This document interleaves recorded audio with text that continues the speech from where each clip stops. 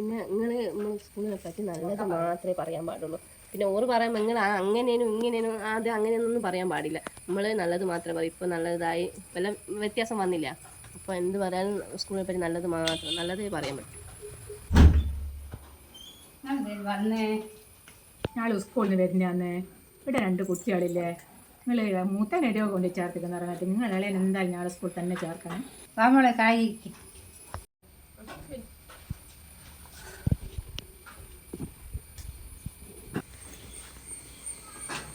School തുറക്കാനില്ല ഇല്ലെന്ന് ഞങ്ങൾക്ക് ഇങ്ങനെ കുട്ടികളെ ആവശ്യമായിട്ടാണ് ഞങ്ങൾ വന്നത്. നിങ്ങൾ ഇളയ മോളില്ലേ, മോള് അതിനെ ആളെ സ്കൂൾ എന്തായാലും ചേർക്കാൻ പറയണേ. ഇവിടുത്തെ മോനെ സ്കൂളിൽ ചേർത്തിട്ട് ഇംഗ്ലീഷ് മീഡിയത്തിൽ മോളെ എവിടെയാ ചേർക്കുമെന്ന് എനിക്ക് പറഞ്ഞാൽ അവിടെ തന്നെ ആയിരിക്കില്ല ചേർക്കുക.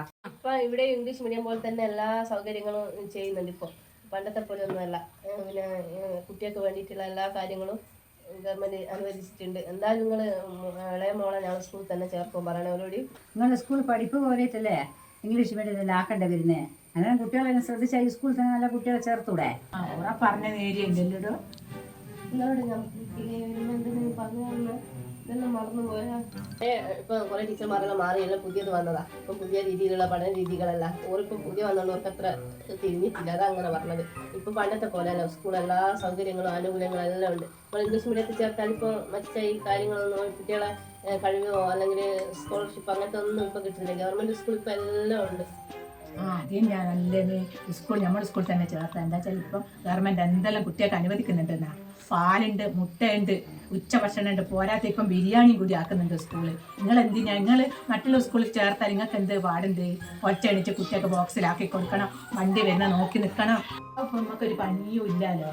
കുട്ടികൾ ഒരിക്കലും വിട്ടുവിട്ടാൽ കുട്ടികൾ പിന്നെ വൈകിട്ട് വരുമ്പോൾ നോക്കണ്ടോ, എല്ലാ കാര്യം പോലെ നോക്കണം. മറ്റിച്ചാൽ നിങ്ങൾ എന്തെല്ലാം പാട് വേണം, പൈസക്ക് പൈസ ചെലവാക്കണം. ഇപ്പം എങ്ങനെയല്ല അയാളെ നാളെ പഠിക്കുമ്പോൾ ഒരു ചോറും ചെറുതായതിൻ്റെ കറിയാളുള്ളൂ. ഇത്രയും പുരോഗമിച്ചില്ല സ്കൂളല്ലോ. എന്നാൽ ഒരു വന്നിട്ട് ഞാൻ പറയട്ടെ അവിടെ ചേർക്കാലോ.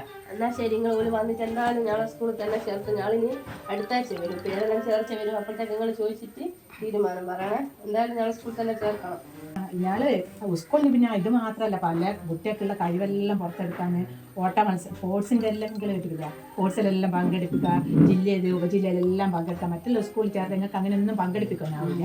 അതുകൊണ്ട് എല്ലാം ഈ സ്കൂളിൽ തന്നെ ചേർത്ത് നിങ്ങൾ എന്തായാലും പറയണേ. എന്നോട് ഞാൻ വരുമ്പോൾ എല്ലാം പറഞ്ഞു തന്നല്ലേ. നിങ്ങൾ നമ്മൾ സ്കൂൾ കുട്ടികളെ പറഞ്ഞാൽ പിന്നെ ഒരു കുട്ടികളെ സ്കൂൾ ചേർക്കാം. നാളെ തൊട്ട് നിങ്ങൾ എൻ്റെ കൂടെ വേണ്ട, ഞാൻ വേറെ ടീച്ചറെ കൂട്ടിക്കോളും. എന്നോട് അറിയാണ്ടൊക്കെ പറഞ്ഞു.